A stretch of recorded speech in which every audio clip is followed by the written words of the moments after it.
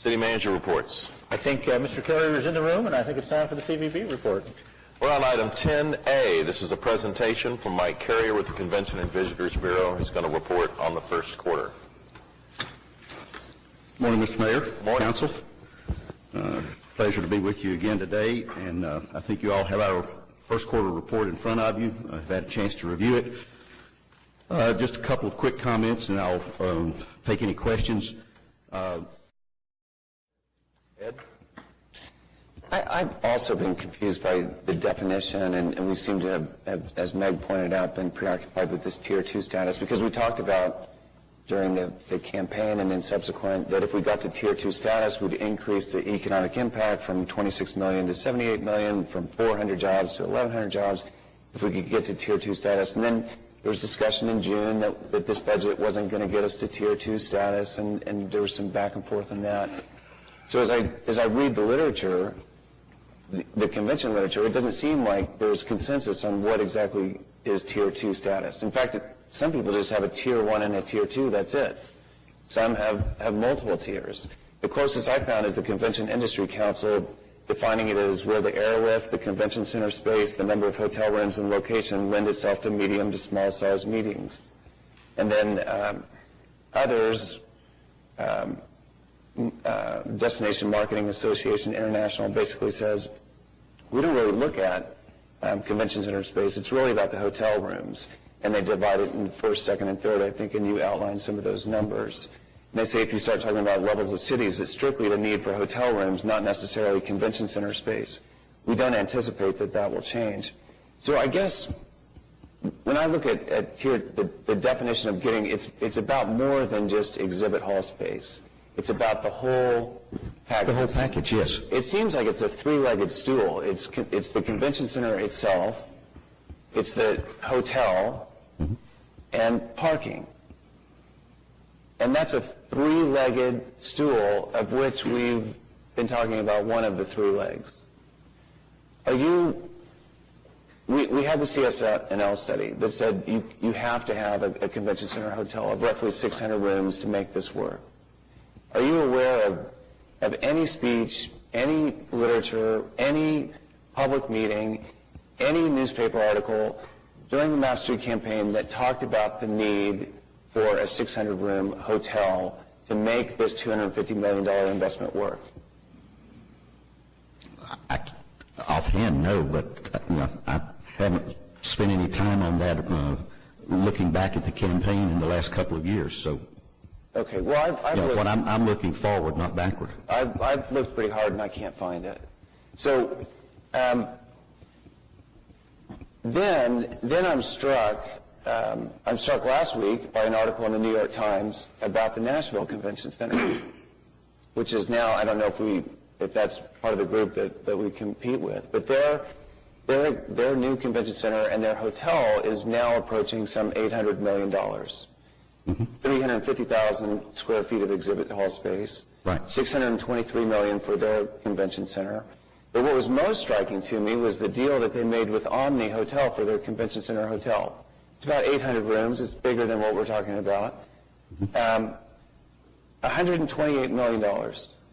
$128 million taxpayer subsidy plus 62.5% property tax discount for 20 years. So that to me is staggering. That's what it costs the city of Nashville taxpayers to make that convention center hotel deal work. And we've tossed around this number of $50 million, that it may cost $50 million to make a convention center hotel. Where is that number coming from?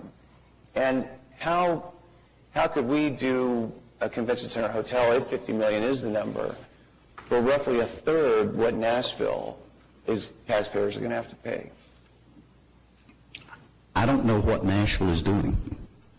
I work in Oklahoma City. I don't know the ins and outs of what Nashville is doing. I know that they are building a new convention center, and I know that they are building a hotel. I don't know the details of the deal. In terms of a commitment from Oklahoma City, the number $50 million has been thrown around. I don't know where that came from. We have looked, and again, Mr. Couch has been involved in a number of these, as have other people. When we've gone on inner-city visits, we've looked at a lot of different hotel structures that cities have used. You know, that's not part of the MAPS program. And so there are folks from the city that are looking at different structures, how deals have been structured in different cities to see what's right for Oklahoma City. You know, right now I can't tell you anything about that, and it's not in my not in my operation to do that.